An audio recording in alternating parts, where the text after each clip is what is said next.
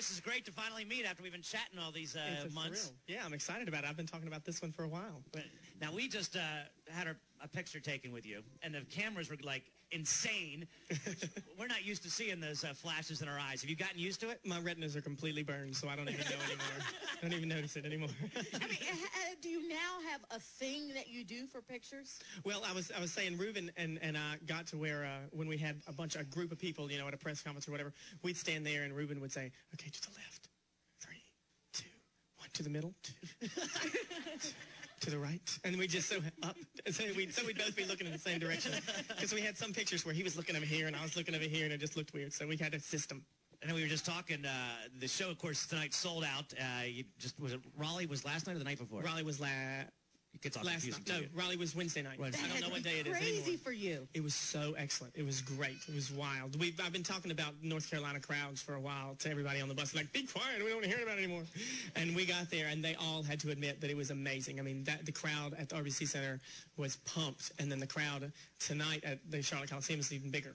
So it's going to be wild, too. That is great. Now, can you see signs out in the audience? Because I've been checking out some of the Clay Aiken fan sites, and they're giving each other ideas about what to write on signs for you. We can see the signs. They usually turn the lights up in the house after we sing when we do a big song on our own, if the applause is loud enough. So please make it loud enough for me that I can turn the lights on. No, I'm kidding. But they'll usually turn the lights on and we can see some. But then there'll be a lot of people who have signs right in the front, and people are very, very creative. We have a current title holder for the most creative sign right now, and it's going to be extremely difficult to beat. Clay equals female Viagra. So, that's a challenge to Charlotteans if they see if they can actually beat that with creativity. There's also this thing going on about you and your shirt. Yeah. Well, and I didn't know anything about this until I started looking at some of these fan sites. Clay does one of 3 things with his shirt that is driving the women crazy. Do you know what the 3 things are? I've been educated. I think they started kind of as I know one of them. That's all I know. Where I tug it at one point in the show. Okay, that's the tug. They have titles? It's called, that's the Clay tug. It's everyone's favorite, involving a moment of deep feeling on the part of Clay, which results in him grabbing aforementioned jersey or shirt.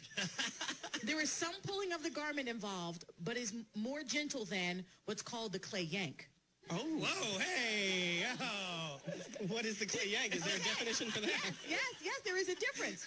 The yank, this is the one that's emerging most these days, because now, I guess, as you're becoming more famous, you've moved from tug to yank. Oh, no, let's see. I'm interested in seeing whether or not I may have a theory here. Let's see.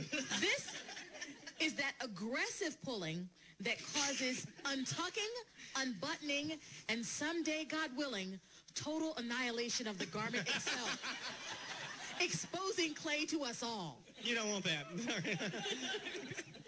Now, I think what happened was, and I started wearing the jersey. I'm a hockey fan, and I started wearing the hockey jersey of the town we were in if they had a hockey team. And so we started in Minnesota, in St. Paul, and I happened to get a Minnesota Wild jersey. And they said, if you wear this jersey, the people back, this crowd's going to go crazy. So I wore the jersey because I needed them to go crazy. And then we did it in Chicago. In Chicago, the song that I sang from the album called Invisible is just a really catchy song. It's really good.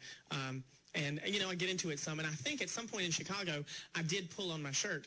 And I had a friend. My mother came to the show in Chicago. She mentioned it to me.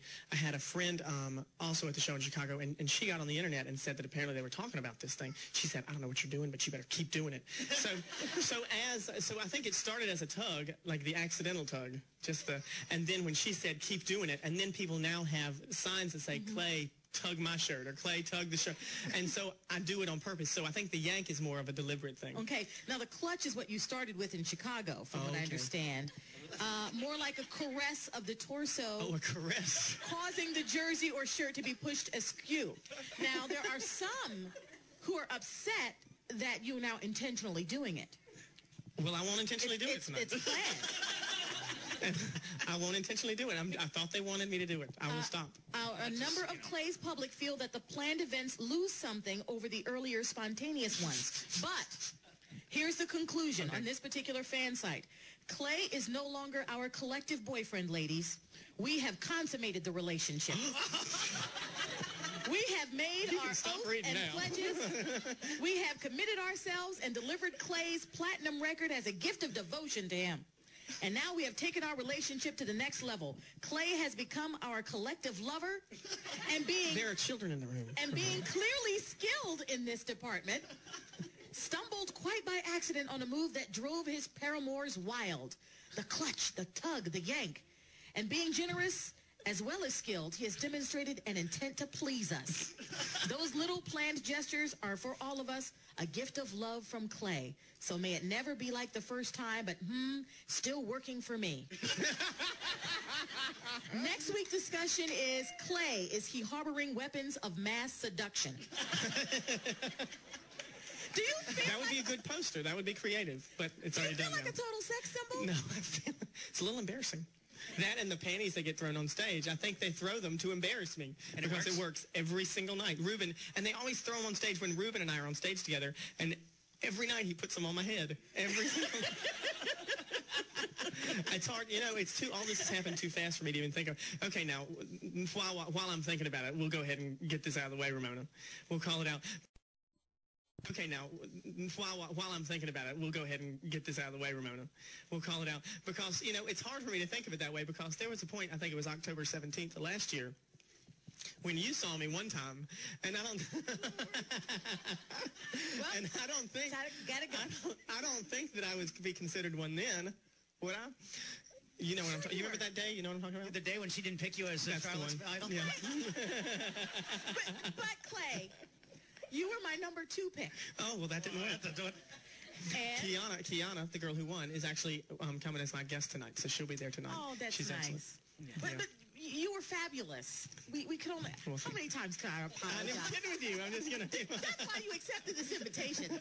So you can come kick me in the stomach in person. I accepted it because you were my favorite radio station here, and it hurt me. It hurt me that you didn't pick me. That's what it was. I was crushed. You're the person I recognized that day. Ramona rejected me. And that's why I decided not to do it this year. I said, obviously, I don't have an eye for talent. Why are you asking me to come back? They wanted you to come back because whoever you pick as number 2 is going to be very good.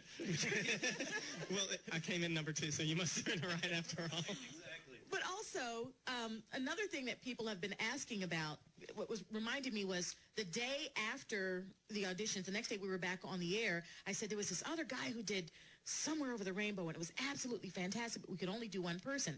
And I got an email from a woman who said, that guy you were talking about is Clay Aiken, and he works with my son. And my son is autistic.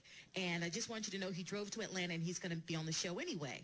And is that the woman you've now started the foundation with? Because we, that night, I guess it was, the auditions were Sunday, right? Mm-hmm. And I think they were a Sunday. They were 1 week before the Atlanta ones. And I was working with Mike that next Monday. And we listened to the radio all afternoon to see if you'd talk about it. And you did. And I was driving back home when you said that. And I called her, like, Diane, turn it on, turn it on, turn it on. She's talking about me. Maybe they'll play it. And you didn't.